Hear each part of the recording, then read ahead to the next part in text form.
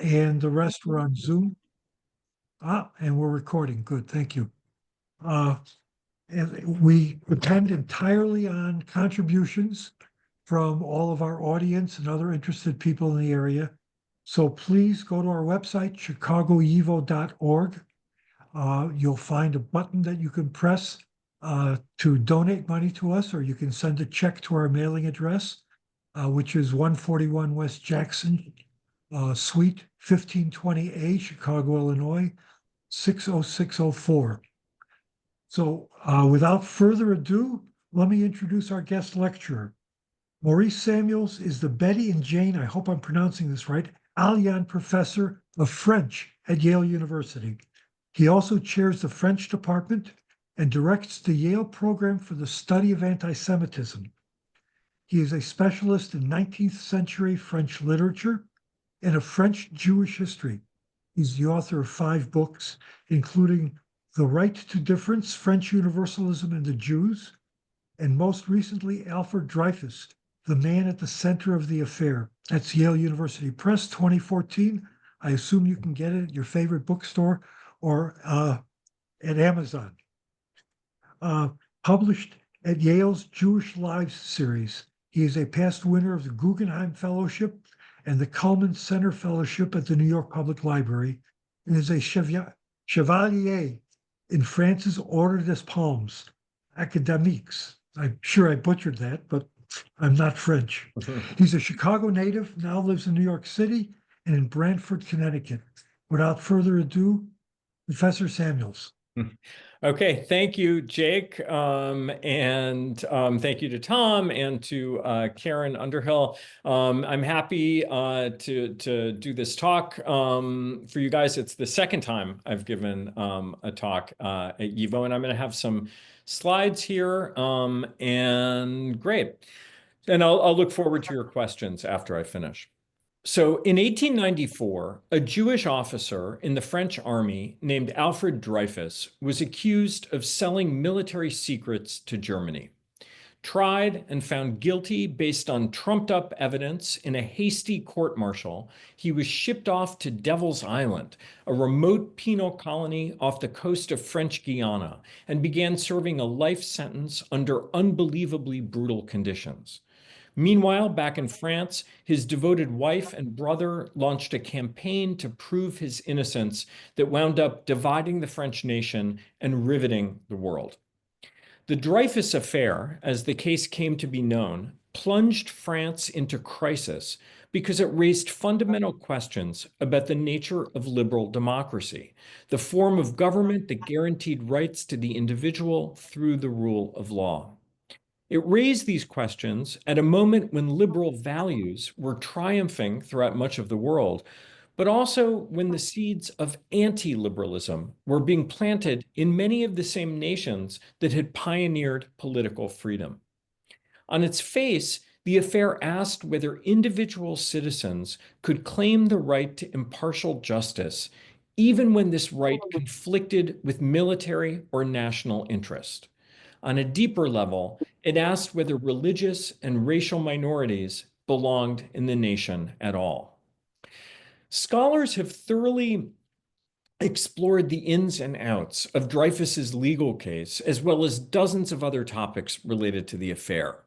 They've shown how it widened divisions between left and right in France, led to the separation of church and state, witnessed the first interventions by intellectuals in political matters, and even changed social and gender relations in lasting ways. Surprisingly, however, the Jewish dimension of the affair has received relatively little attention.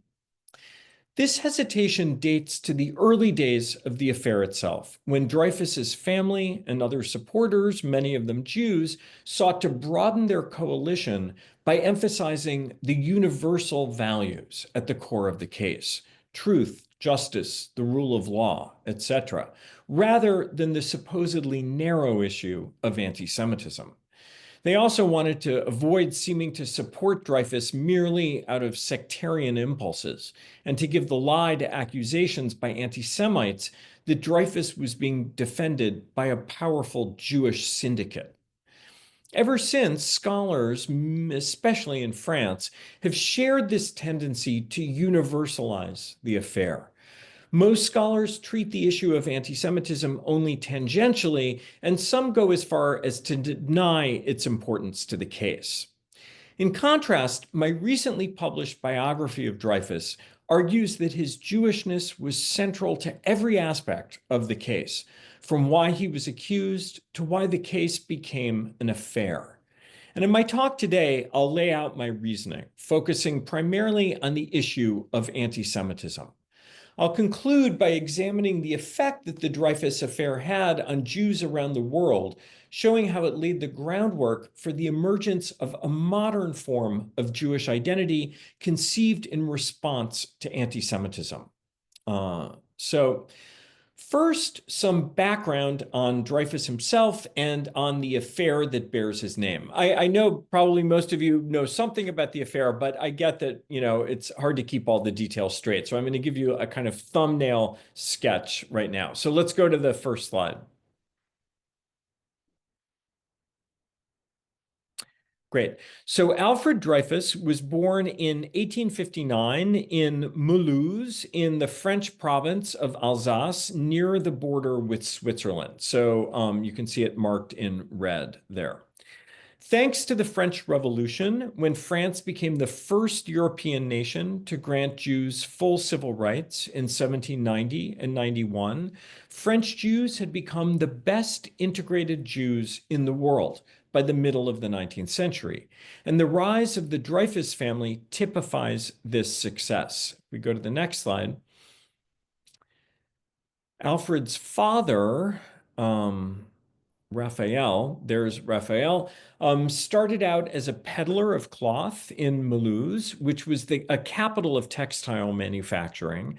And in the 1860s, he took advantage of the disruption in the cotton trade caused by the American Civil War to launch his own factory.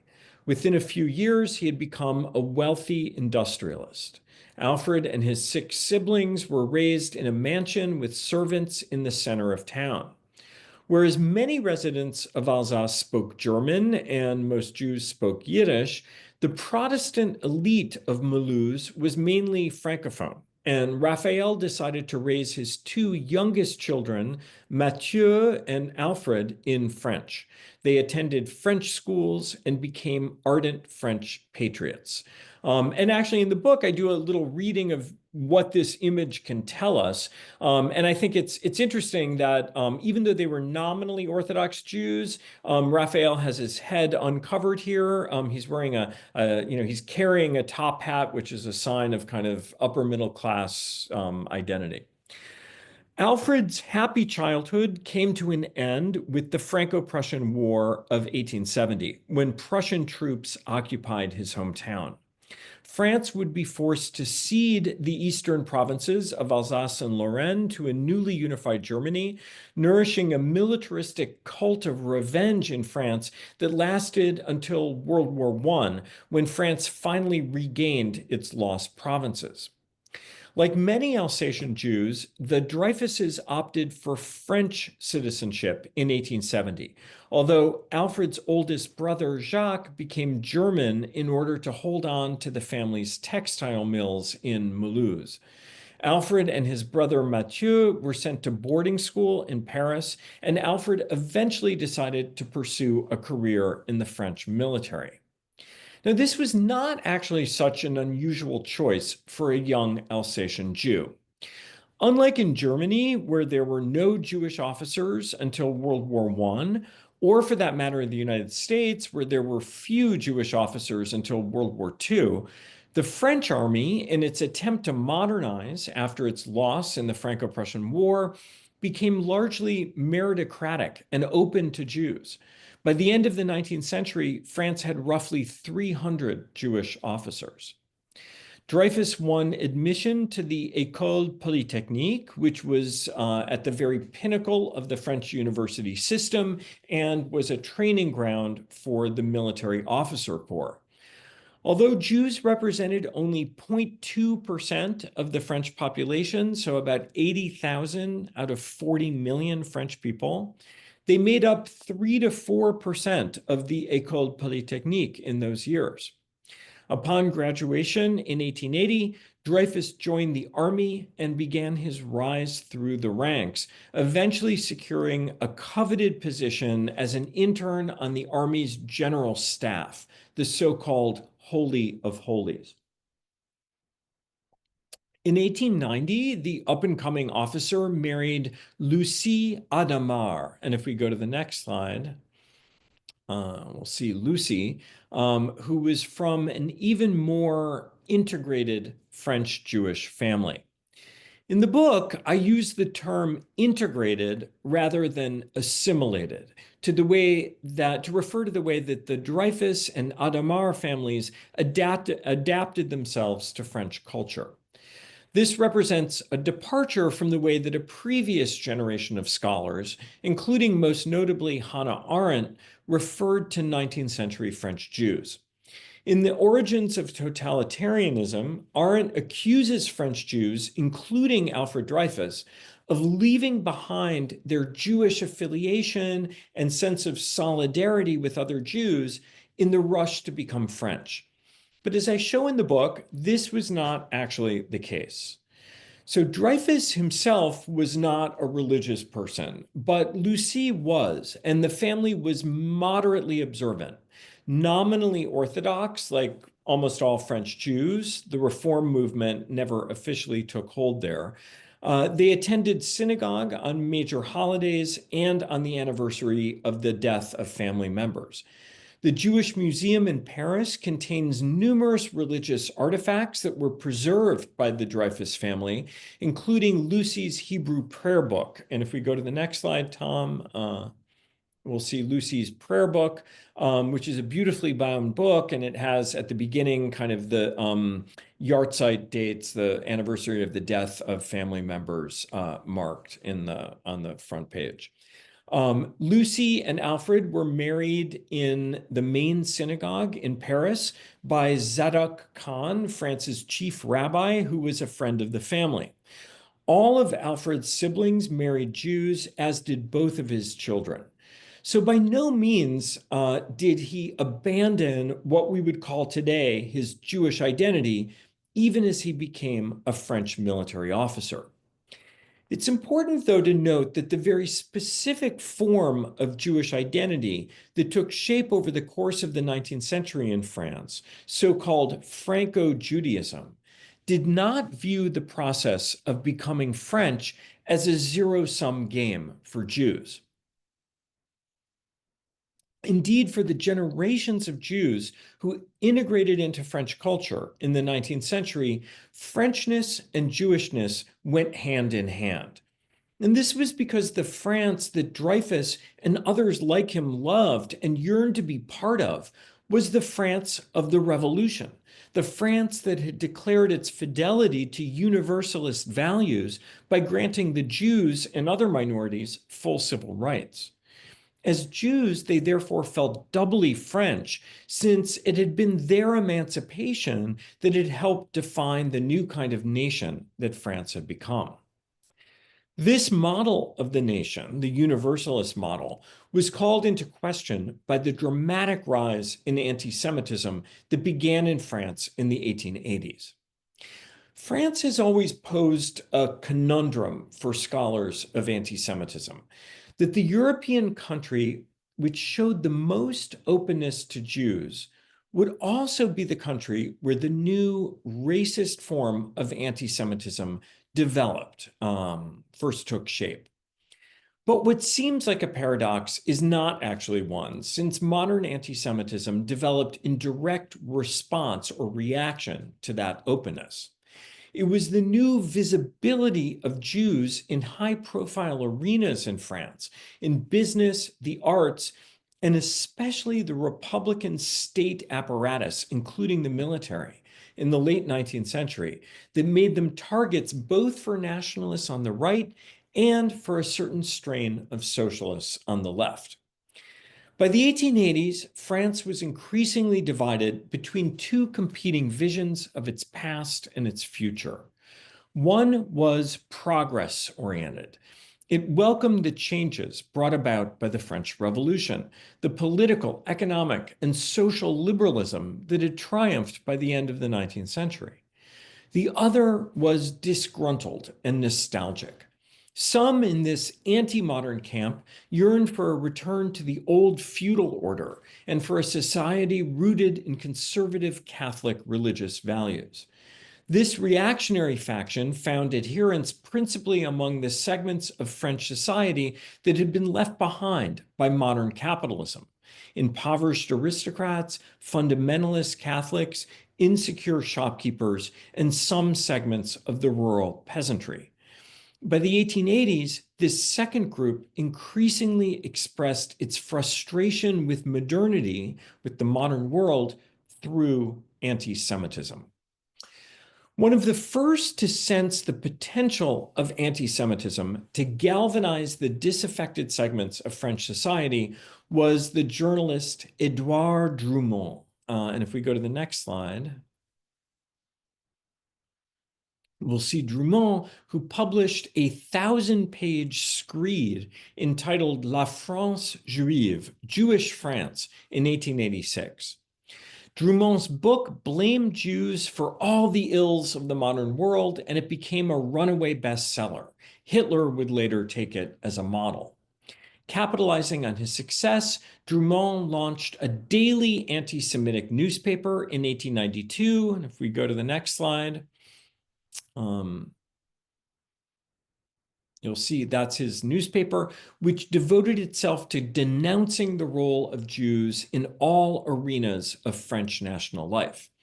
Aided by illustrations, it perfected the kind of racialized caricature of the greedy, rapacious Jew that would become a staple in later Nazi propaganda, as in this image on the cover of that issue, where a grotesque Jewish figure is shown clutching a globe. The caption reads at the bottom, "Their homeland," the implication being the Jews are too cosmopolitan, too worldly to ever really be French.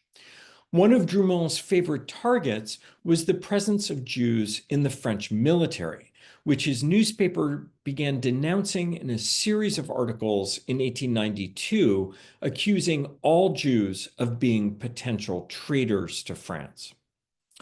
It therefore came as no surprise that when in late 1894, the French military discovered that there was a traitor in its midst, suspicion fell on Dreyfus, a Jew. Was anti-Semitism the only reason that Dreyfus was suspected? Not exactly, but as I'll argue now, it was the critical reason. Dreyfus had experienced relatively little anti-Semitism during his training period in the military. There was one incident when he was in officer training school, when one of his teachers, who had declared openly that he didn't like Jews, gave Dreyfus a nearly perfect score for technical accomplishment and a 0 for the more subjective character assessment. The only other Jewish student in the class received a similar grade. Dreyfus lodged a formal complaint with the head of the school and was told that since it would not affect his overall standing, which entitled him to a coveted spot as an intern on the Army's general staff, he should let the matter drop, which he did. However, if anti-Semitism was not a major force in the Army as a whole, it did make itself felt on the general staff, the Holy of Holies, where Dreyfus was the only Jew at the time and where he was disliked by many of his superiors. At his trial, they would cite various reasons for their dislike. His reserved manner inspired distrust, and his large fortune inspired envy. Dreyfus had a personal income from his family of 40,000 francs a year at a time when the salary for an officer was 2,000 francs a year. So he lived in a much grander style, and there was a lot of resentment. But anti-Semitism was also clearly at work.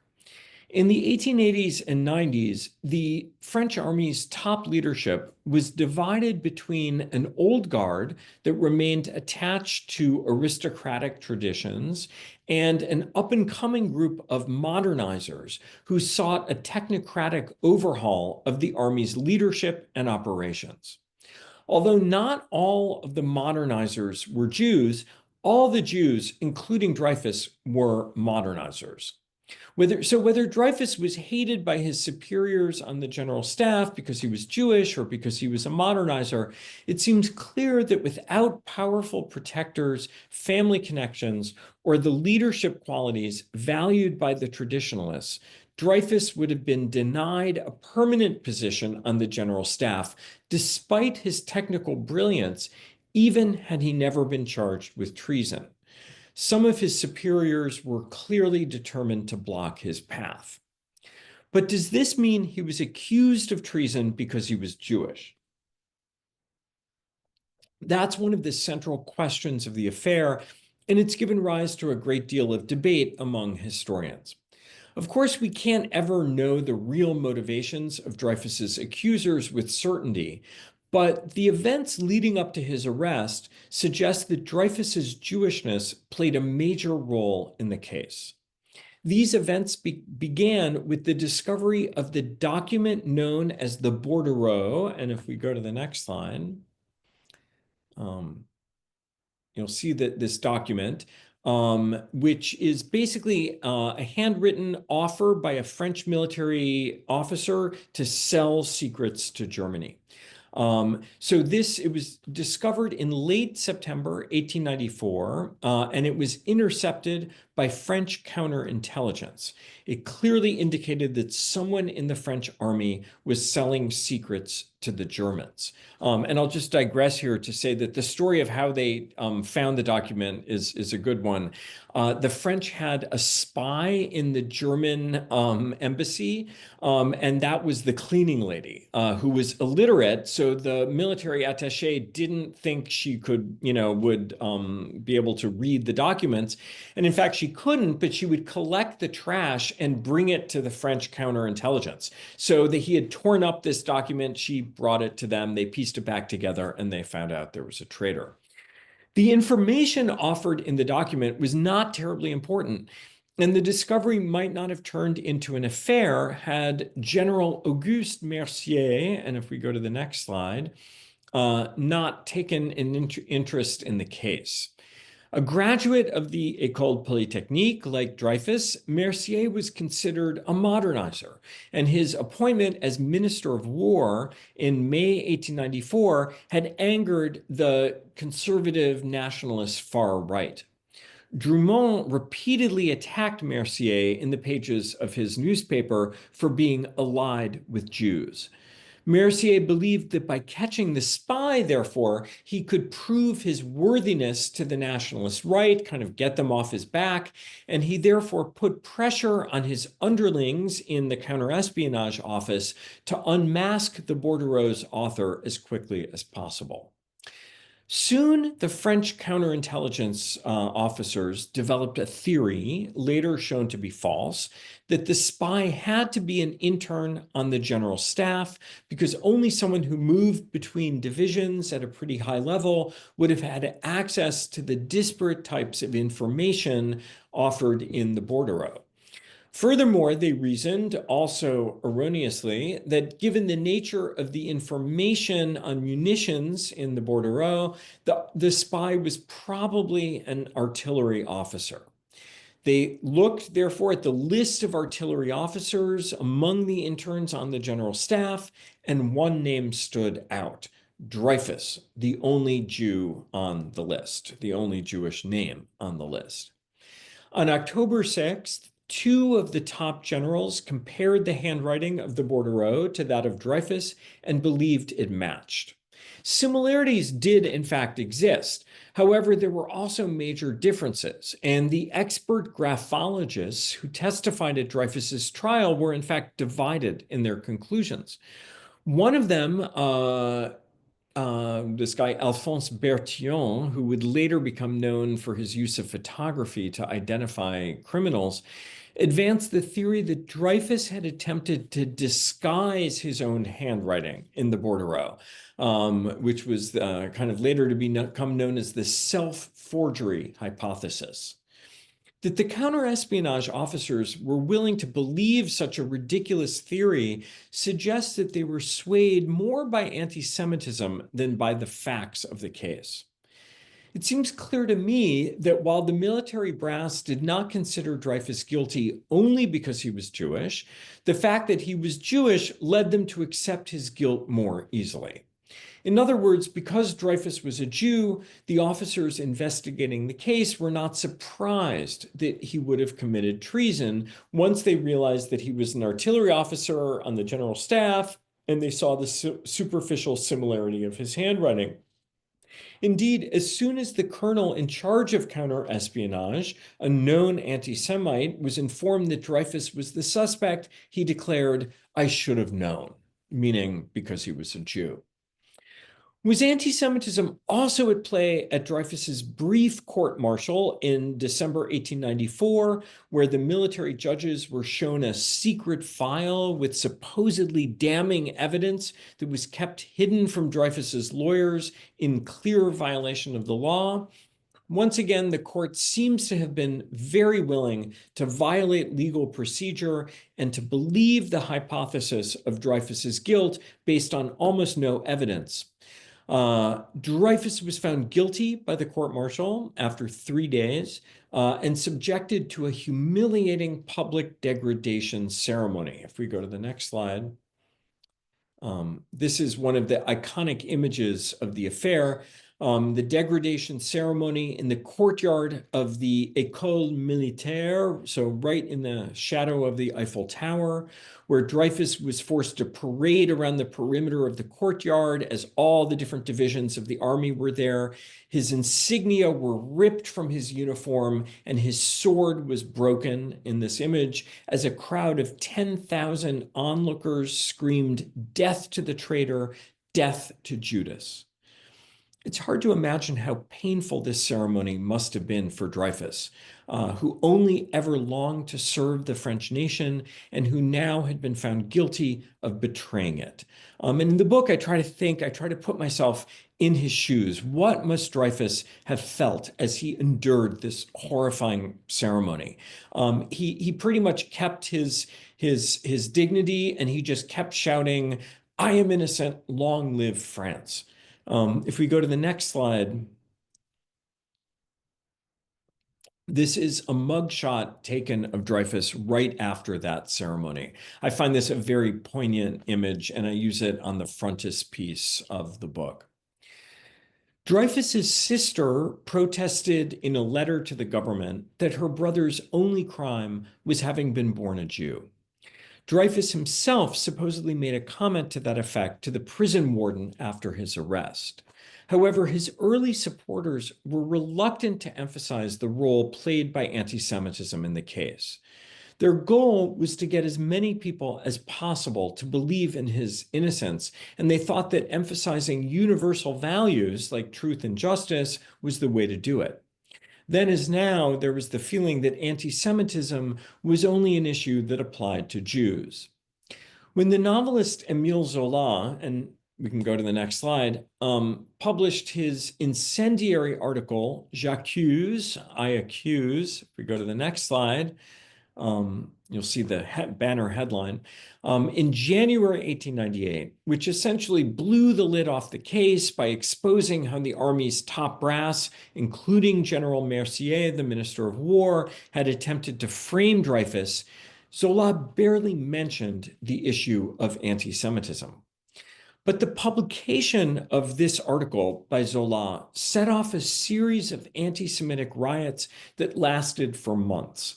Over 69 French cities and towns, many of them with no Jews, witnessed anti-Semitic riots in the spring of 1898. The most violent demonstrations occurred in colonial Algeria, where Jews were beaten and some even killed by non-Jewish Europeans.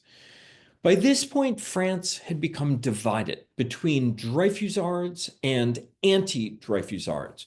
And in the book, I try to understand what was at stake for each of those two groups. At first, many of those who opposed Dreyfus did so because they genuinely believed he was guilty. But after the revelation that the bordereau was the work not of Dreyfus, but of a dissolute minor nobleman named Ferdinand Walsin Esterhazy, and if you go to the next slide, you'll see Esterhazy, whose crime the army had attempted to cover up, a disturbingly large percentage of the country remained dedicated to opposing justice for Dreyfus. Some felt that the honor of the army was more important than justice for the individual. Others merely hated Jews and thought they deserved to be punished, regardless of whether Dreyfus himself, so this particular Jew, was guilty.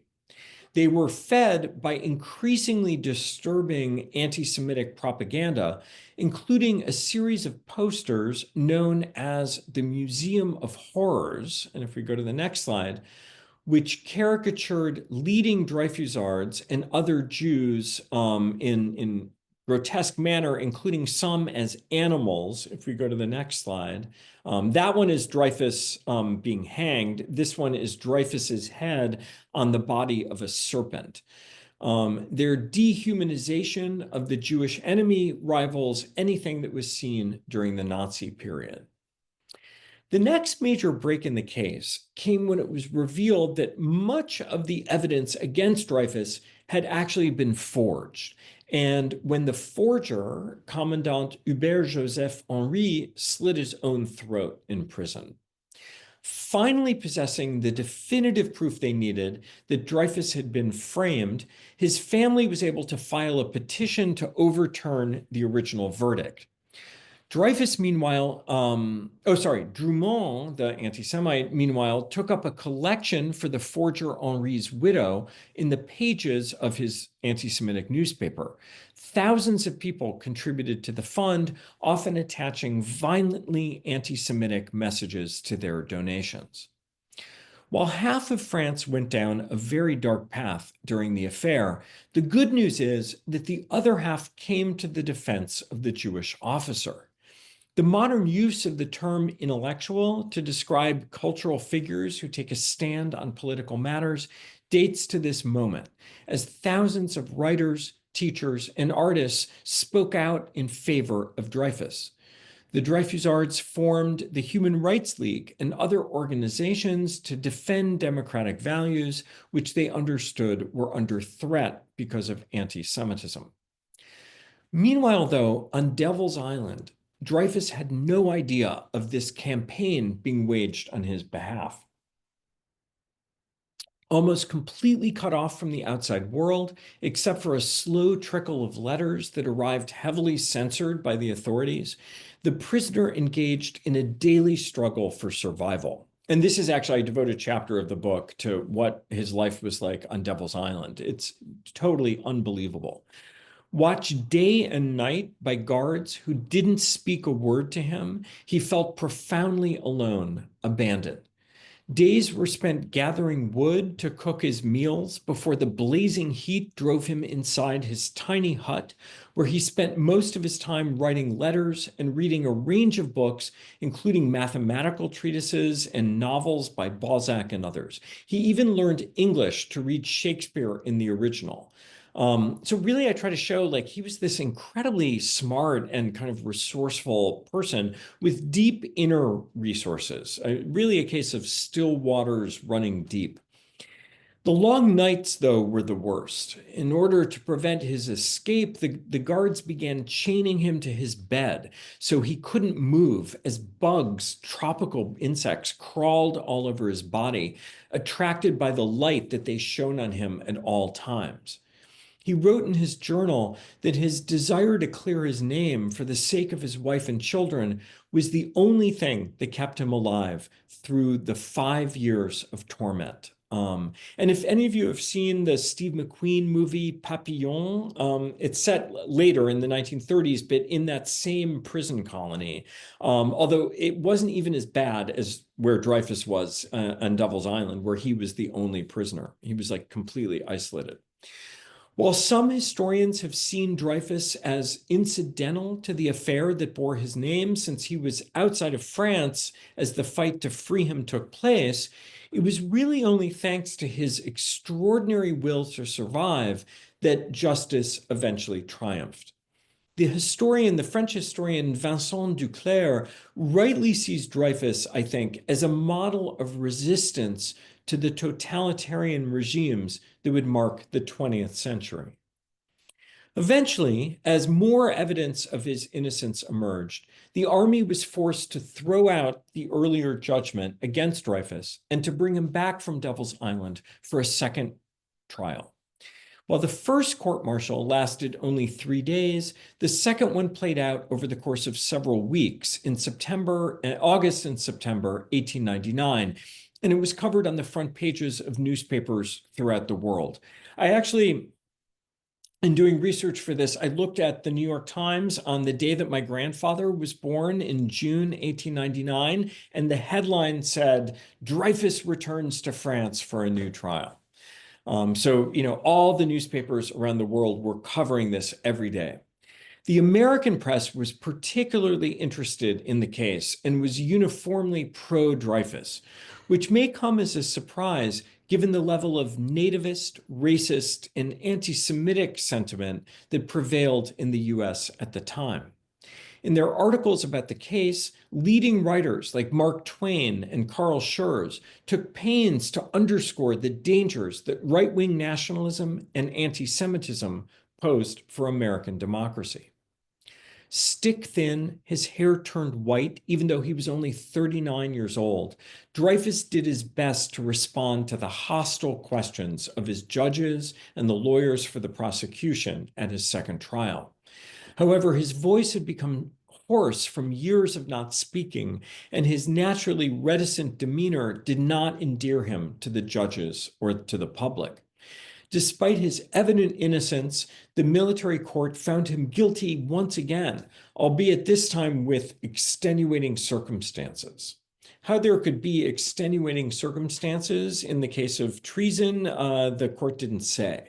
But the French government now realized it really had to act in order to prevent an international outcry and possibly a boycott of the 1900 Paris World's Fair.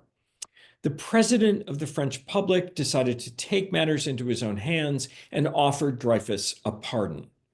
Although his most hardline defenders urged Dreyfus to refuse because it would amount to a tacit acknowledgement of guilt, he eventually accepted the pardon on the condition he could still fight to clear his name. He was reunited with his family shortly afterward, but it took until 1906 until he was completely exonerated by French courts, reinstated in the army, and awarded the Legion of Honor. Dreyfus lived out the most of the rest of his life quietly, and if we go to the next slide, you'll see him as an old man. Although his name remained a battle line in the ongoing war between right-wing nationalists and liberal universalists, a war that in many ways has never ended in France. Dreyfus came out of retirement to fight in World War I. His son also fought in every major battle of World War I, and his nephew was killed. Dreyfus himself died in 1935, shortly after Hitler came to power. The Dreyfus family, though, was not spared the horror of the Holocaust.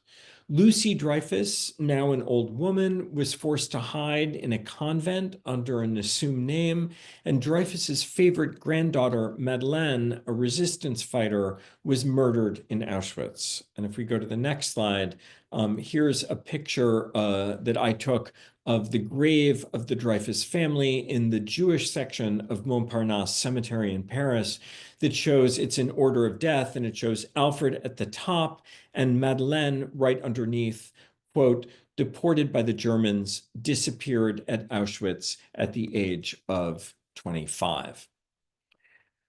Moving now to the conclusion of the talk, I want to discuss the intense interest that Jews around the world took in the case, which is the subject of chapter 6 of my book. And it really intersects here with Yiddish, the reason for being of YIVO. Of course, non-Jews were passionately interested in the case as well, but for Jews, the affair became an obsession.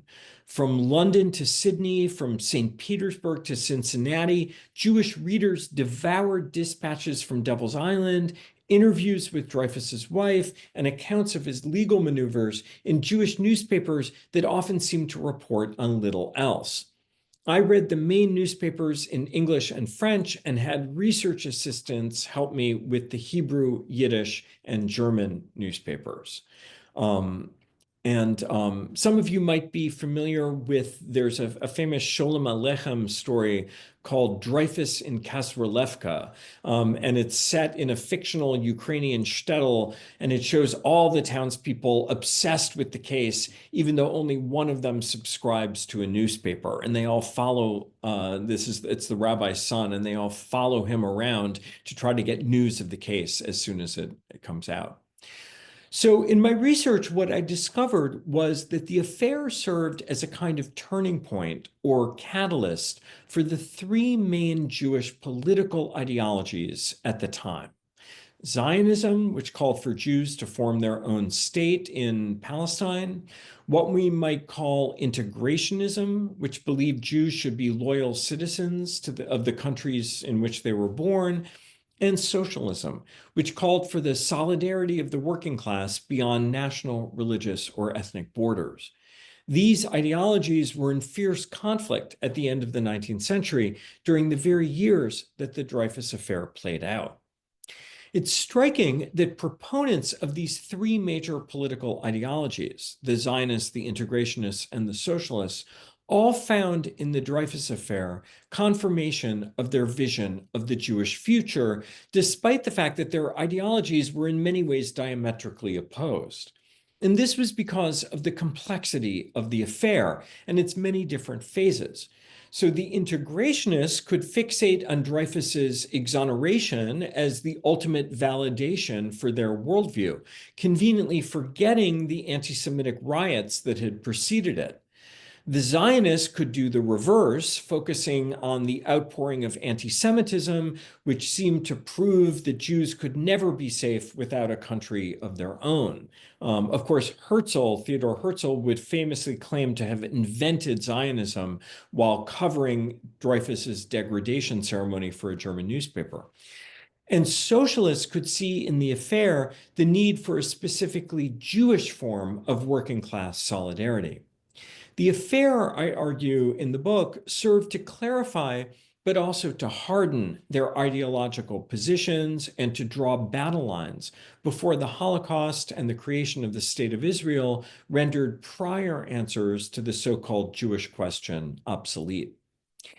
It could also be argued, though, and I'm drawing to the conclusion here, that the affair brought out not just differences, but also a fundamental similarity in the way that Jews viewed themselves and their world. I show in the book that the Dreyfus affair was one of the defining moments when a new modern form of Jewish identity emerged.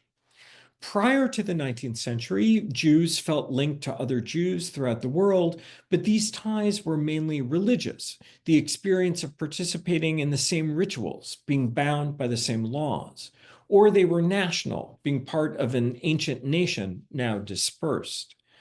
In the 19th century, such bonds melted away for many Jews as secularism took hold and Jews began to feel a part of the countries in which they lived.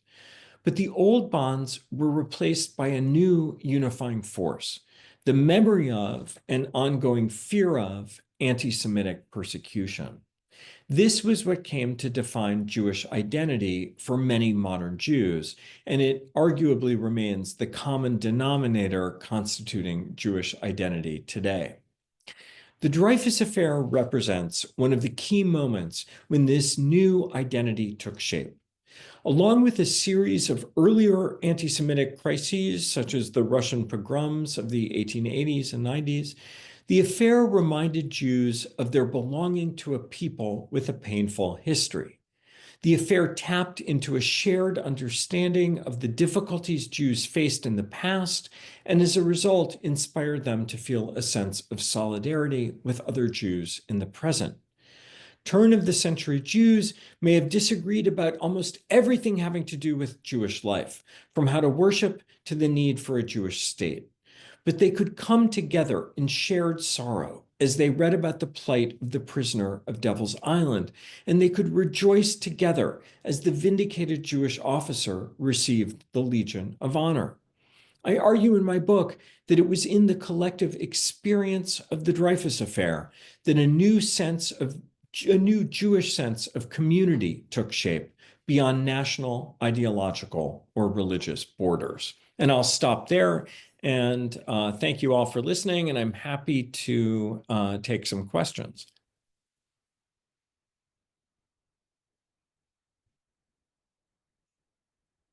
Mm. So how should this go? Are people going to ask, unmute Jake, or I'm seeing People are some in able the to chat unmute already. now, so if they have questions, they can ask them. Yeah, so I'm seeing one. Are there any other reasons for anti-Semitism in France affecting Dreyfus, despite Napoleon emancipating Jewish people earlier, besides anti-Semitism being a European tradition for thousands of years? Yeah, so there clearly is this Catholic tradition of anti-Semitism. There's also a tradition of economic anti-Semitism in France that goes back because of the role that Jews played as moneylenders and middlemen, partly because the Catholic Church forbid those roles to Catholics, and so Jews perform those roles. But what I argue in the book is that the specificity of French anti-Semitism has to do precisely with the early emancipation of Jews in France and the way that they were given complete equality in 1790 and 91. It led to them becoming so successful in French national life, and that anti-Semitism directed was in response to that success. So that's my short answer there. So another question, you said that the anti-Semitic book by Drummond was taken as a model by Hitler. A model for what? Well, it was a model for how to do anti-Semitism. So what Drummond was really one of the first ones to do was to join together all the different strands of anti-Semitism. So the kind of old Catholic religious kind, the economic anti-Semitism, the right-wing form, the left-wing socialist form of anti-Semitism, and the new racial form. So Drummond put this all together. He borrowed the new terms of Aryan and Semite that had recently been used really in linguistic contexts to refer to people who spoke certain languages in ancient times. Drummond kind of repackaged this all in one kind of toxic brew, and that became incredibly popular, and that influenced Hitler. So someone else, I'm reading about the Panama Canal and was tutored to see a major person involved was pro-Dreyfus. Yeah, so the Panama Canal scandal happened shortly before the Dreyfus affair. And actually, it's not exactly the same person. So Jacques Reinach was a financier who was compromised by he was a Jewish financier who was compromised in the Panama Canal scandal, where it involved like bribery of government officials, deputies to the National Assembly. Jacques Reinach committed suicide when this was exposed by Drummond. His nephew was Joseph Reinach, and he was a deputy in the National Assembly, and he became a leading Dreyfusard. But of course, you can imagine he was a huge target of Drummond, throughout this period. And the fact that he was connected to this, compromised financier just fed into all the anti-Semitic conspiracy theories. There were posters, really grotesque posters of him with an animal body. There was, he was like kind of like the Soros of the day, where the right wing just went totally crazy with him. Joseph Reinach wrote the first history of the affair, which is an incredible book. He was an incredibly smart guy. And I, in fact, use that book still as a source. I mean, it's still a really useful book. Okay. I noticed that you passed over how Dreyfus was denied his rights after his arrest. His wife and brother made strenuous attempts to find out where he was and why he was there. You also didn't mention the Catholic publication that fanned the anti-Semitism flames. Yeah. So, I mean, everything about the way the army handled the arrest of Dreyfus was, illegal, basically. They, kept him. When they arrested him, they first of all told his wife and brother that they couldn't tell anyone else about the case. They at first didn't tell Dreyfus even what he was accused of. And then the main thing was they didn't show the evidence against him to his own lawyers. And that was even in violation of the Army's own code of justice. So it was just, everything was irregular. Also, they technically should have, political prisoners were normally sent to New Caledonia, which was a mildly better prison colony, and their family should have been allowed to go with them. And Lucy was willing to go with Dreyfus, and everything was a regime of special exception for Dreyfus. They didn't allow that. And so, there were many unfair things. And then it's true that, so Drummond, who published the anti-Semitic newspaper, had competition. So several Catholic orders, like the Jesuits and other ones, had the Assumptionists actually were the worst, had also had anti-Semitic newspapers, and they also played just a very nefarious role in the case. That's totally true. Contrast this with the Baylis trial. There were around this time, there were several cases or affairs involving Jews that really brought the Jewish question to the forefront of the world imagination. One of these was the Baylis case, which was a kind of ritual murder case in the Russian Empire. And the other one, of course, was the Leo Frank case in America in the early 20th century. Forget if it's 1912 or something like that, where a Jewish factory owner in the South was accused of molesting and murdering a Christian girl. And he was, put on trial and eventually lynched. He was the only Jew lynched in the American South. There's actually, I won't go into more about those cases, but there's an interesting book that does compare the cases, and I think it's called The Jew Accused. I'm feeling like the author's name begins with an L, like Lindemann or something like that. Speak about the culpability of Bertillon. He was the handwriting analyst, and showing his handwriting analysis. Yeah, so Bertillon, I go into this a little bit. It was pretty clear that this was not the handwriting of the document, the bordereau, was not Dreyfus's handwriting. There were significant dissimilarities.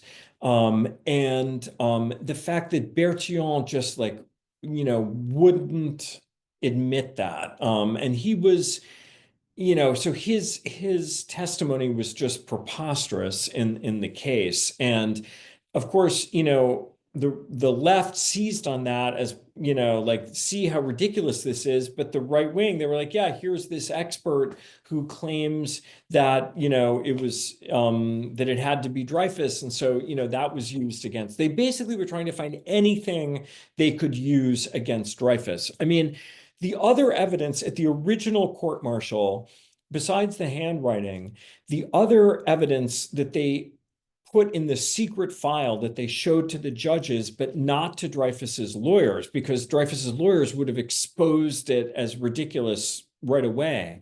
The other evidence was this letter from the German military officer to his Italian counterpart, and they were lovers, actually, so they would exchange all kinds of love notes, and that's a whole other dimension of the affair that people have written about.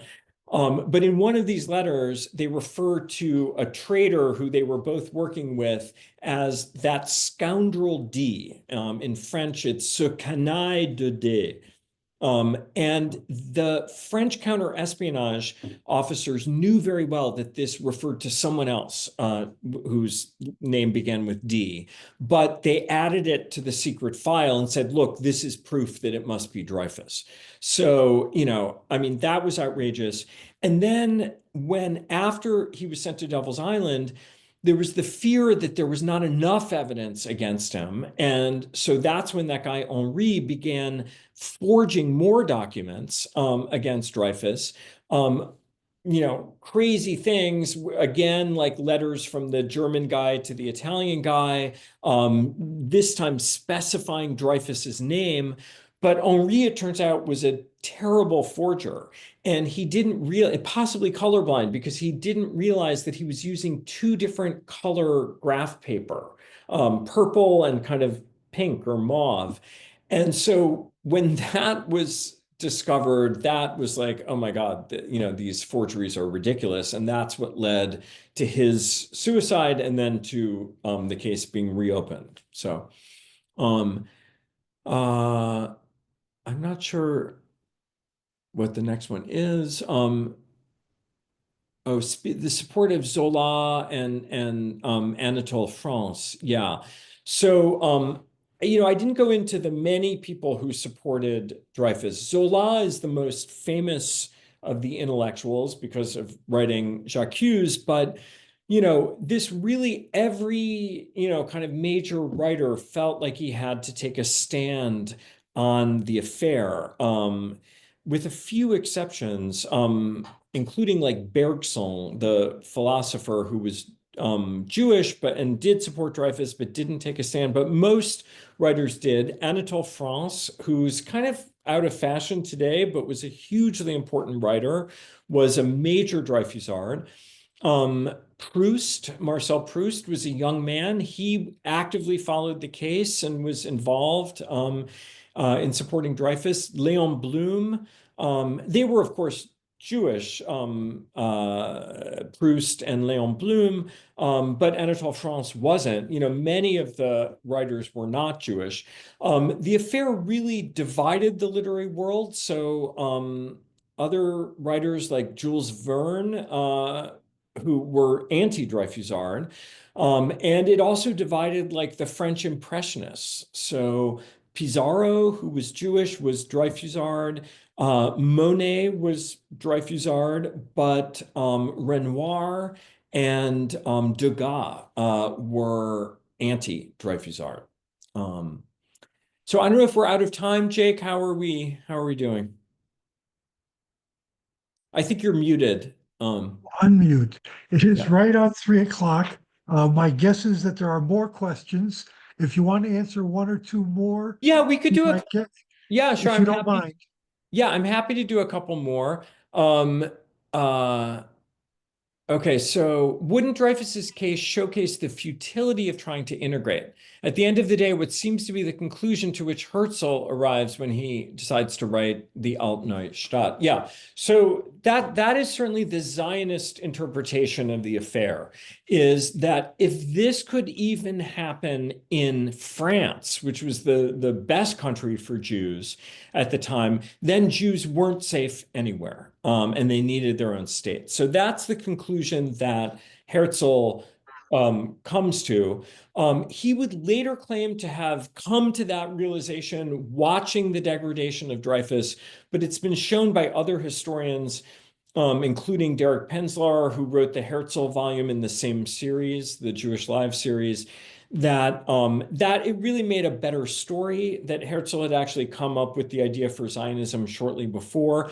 But it's undoubtedly true that the Zionist movement, which is holding the first congresses in Basel in the very years that the affair is reaching a peak, so like 1898, 1899, the affair is central there. They're using it, like not only Herzl, but also Max Nordau, who was an early theorist of Zionism, also talk extensively about the affair. They blame the assimilated French Jews for doing nothing to help their fellow Jew, which really is not true. I show in the book that that's an exaggeration, but it helped the Zionist movement make their case. So Esther, what happened to Esterhazy is a good question. So Esterhazy is that kind of dastardly guy, the minor nobleman who really did commit treason. He is a fascinating figure. So like if Dreyfus is like the least likely person to commit treason, partly because he had this huge family wealth and didn't need to, and he was an ardent patriot. Esterhazy, I say in the book, like had the word traitor written on his forehead, basically. He was in debt. He it was like a gambler and a womanizer. He openly said he hated France. So he was, it was obvious that he was the traitor. And he basically got away with it. So they brought him to trial when it was exposed that he was the author of the Bordereau. Court-martial finds him innocent, and that's actually the event that provokes Zola to write J'accuse. That's the immediate inciting incident. Esterhazy then flees to England and basically lives out his life in England. Occasionally will sell his story for lots of money, and he basically gets off. So it's sad. Maury, Yep. before I let you go, would you mind talking a little bit about your directorship of the Yale program for anti-Semitism? Yeah, sure. I know it's off topic. Yeah, no, well, it's not that off topic. I Well, mean, it's off topic of Dreyfus, but certainly not off topic about what's going on in America right now. yeah, so I've actually been running this program, the Yale program for the study of anti-Semitism, since 2011.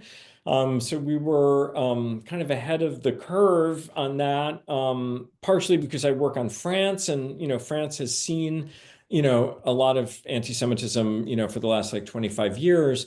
But the program actually focuses on both historical and contemporary forms of anti-Semitism. And we have lots of lectures. So I urge you, they're all free. Many of them since the pandemic are on Zoom. So I urge you to go to the website, the Yale Program for the Study of Anti-Semitism. You'll see a link to join the mailing list. We have really interesting events coming up. I'm going to be in conversation with Ruth Franklin about her new book about Anne Frank in the same series as my book. So I urge you to join the mailing list.